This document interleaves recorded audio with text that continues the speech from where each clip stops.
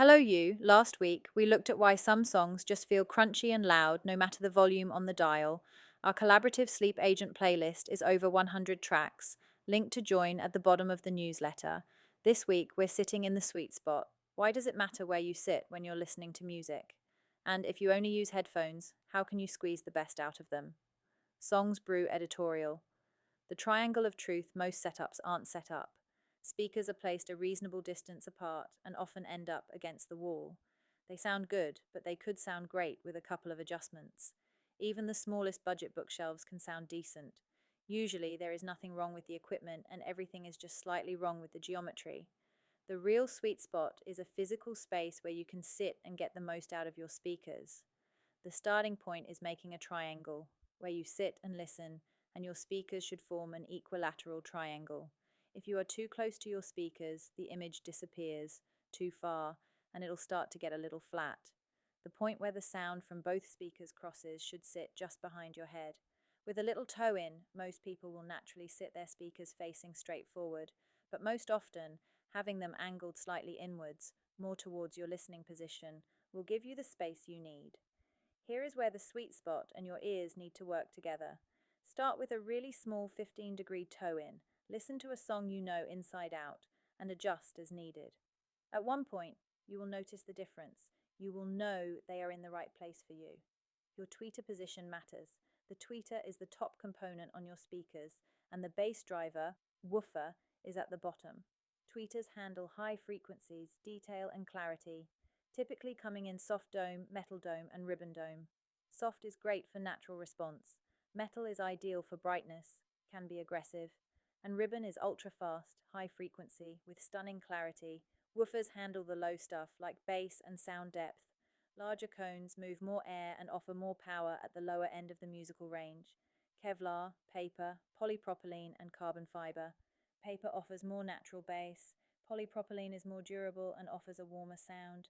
Kevlar is rigid, light, and has less distortion at high volumes. And carbon fiber is light and has great bass control and a faster response than Kevlar. Port, one of the techniques used to improve bass response without having a huge woofer, is a back port. Basically, a hole in the back of your speaker that allows more air to move through. It's worth noting that some brands have specialized materials in their woofers and tweeters, so it's always worth checking. Tweeters should sit at ear level when you're seated. Higher or lower will give clarity changes in the vocals. Back to the wall for rear-ported speakers. Placing them too close to the wall will cause the sound to bounce back in and create a muddy sound. Moving them a few centimeters at a time and listening will help find that sweet spot. Sealed or front-ported, you can get away with wall mounting or a distance of 5 to 10 cm. Here is where space starts to become an issue for many people. If you can keep about 50 centimeters of space between the speakers and the side walls or soft furnishings, you'll get a cleaner listening experience. The sound bounces off anything in its way, and your brain fuses the delayed bounce and what you're getting from the speakers together. Minuscule, maybe, but it makes a difference. Woof, woof. Time to Crawl, a subwoofer, is a game changer and throws a little more into the mix. Corner placement seems like the obvious choice. Corners reinforce bass through boundary gain from two walls simultaneously. More bass. The problem is more of the wrong kind of bass, although sometimes this type of vibrating bass is what you want. Boomy, one note, and muddy. A corner placed sub is louder and worse. Place it approximately 1/3 of the way from the corner of the room instead. That one adjustment alone will tighten the low end considerably. Subwoofers benefit from space, so let them have it. The subwoofer crawl might have you feeling like your knees have seen better days, but you'll thank them for the effort.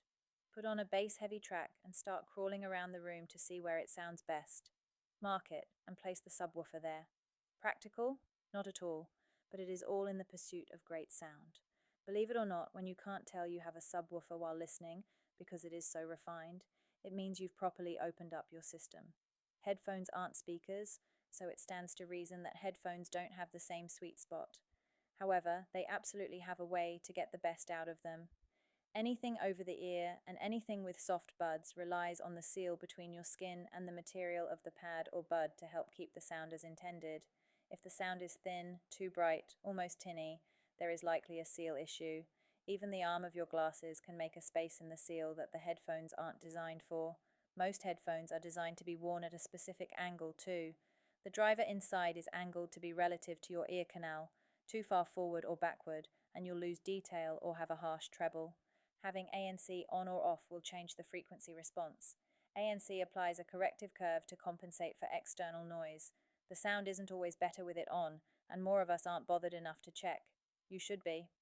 In the end, EQ bad placement can't be saved by EQ, but your sound can be further refined with EQ once everything else is in place. Your room matters, so a room correction EQ on most amps and streamers is worth using if you have it. The parametric EQ is the next stop. Use the sliders to find what works for your room and your ears. For the bass specifically, to keep the weight but remove some of the wall or floor wobble, a gentle low-frequency cut just below 100 Hz is usually cleaner. For those with a rear port close to the wall without anywhere to move the speaker, that 2 to 3 dB bass cut will be your best friend. Hard rooms think glass, no carpeted floors, big space, a treble cut above 8K Hz is a nice starting point. Soft rooms with lots of furniture and carpets, you've got more wiggle room, so use it. Need a playlist with a wide stereo image, bass placement, phantom center, and spatial production? Finding the sweet spot. Always cut first and boost after, or you'll end up with everything maxed. Boost only what your ears know you're missing, a crossover point to be aware of.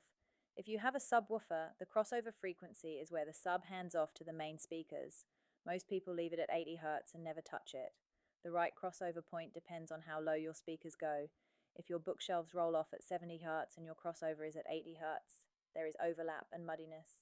If they roll off at 60 Hz and your crossover is at 80 Hz, there is a gap and you lose presence in the low mids. Match the crossover to your speaker's 3 dB point.